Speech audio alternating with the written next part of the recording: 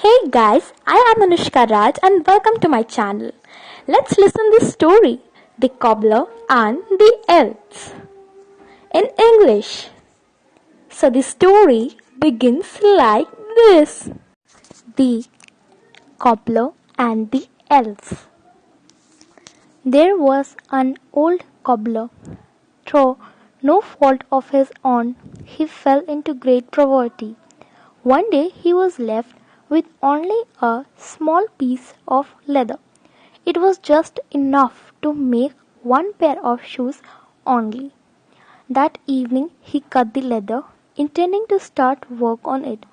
In the morning, with a pure heart, he said his prayers and then lay down to sleep for the night.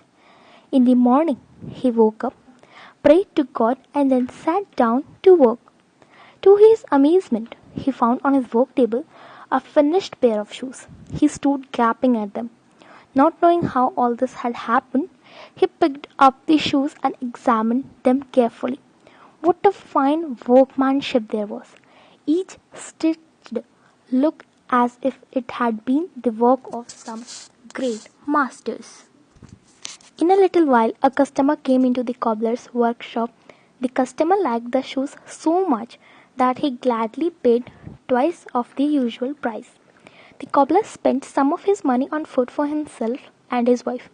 With the remaining amount, he bought leather that was enough for making 2 pairs of shoes. Again, he cut out the leather in the evening, he intending to sew it in the morning. But again there was no work left for him when he awoke in the morning. Both pairs of shoes lay finished on his work table. In the afternoon, 2 customers came and paid good price for those shoes. Now the cobbler had enough money to buy leather for 4 pairs of shoes. But the same thing happened once again. In the morning he found that the shoes had been made already. Thus it went for many days. Whatever leather the cobbler would cut in the evening, he found it sewn nicely in the morning. And soon he was no longer poor. In fact, he became quite rich. One evening, a few days before Christmas, the cobbler cut out his leather as usual. Then after praying to God, he ate his dinner and had his bed ready. But before lying down to sleep, he thought for a while and said to his wife, "Shall we stay up and see who these secret helpers of ours are?" "Yes, we should," said the wife. And she left a small light burning in the cobbler's workshop. Then they hid themselves in a corner behind the curtain and watched. At about midnight there stepped into the workshop 2 tiny and handsome elves. They were naked from head to foot. They sat down on the ground, took all the leather that had been cut and began to sew. They worked so deftly that the cobbler could not take his eyes away from their hands. The 2 elves sewed and sewed until all the leather was used up. Then they ran out of the door and disappeared. In the morning, the cobbler's wife said to her husband, "The 2 kind elves have brought us such riches. We should give them something in return. They have no clothes to wear and must be feeling very cold.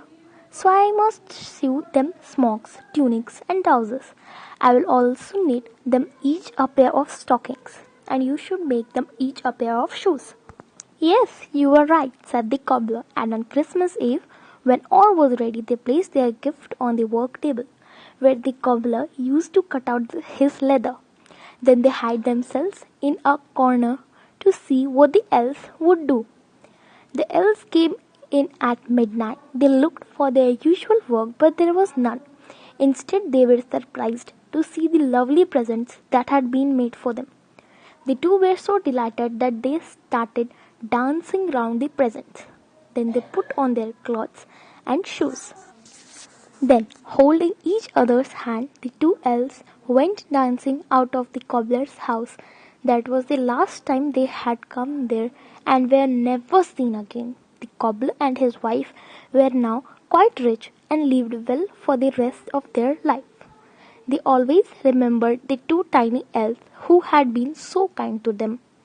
Thank you.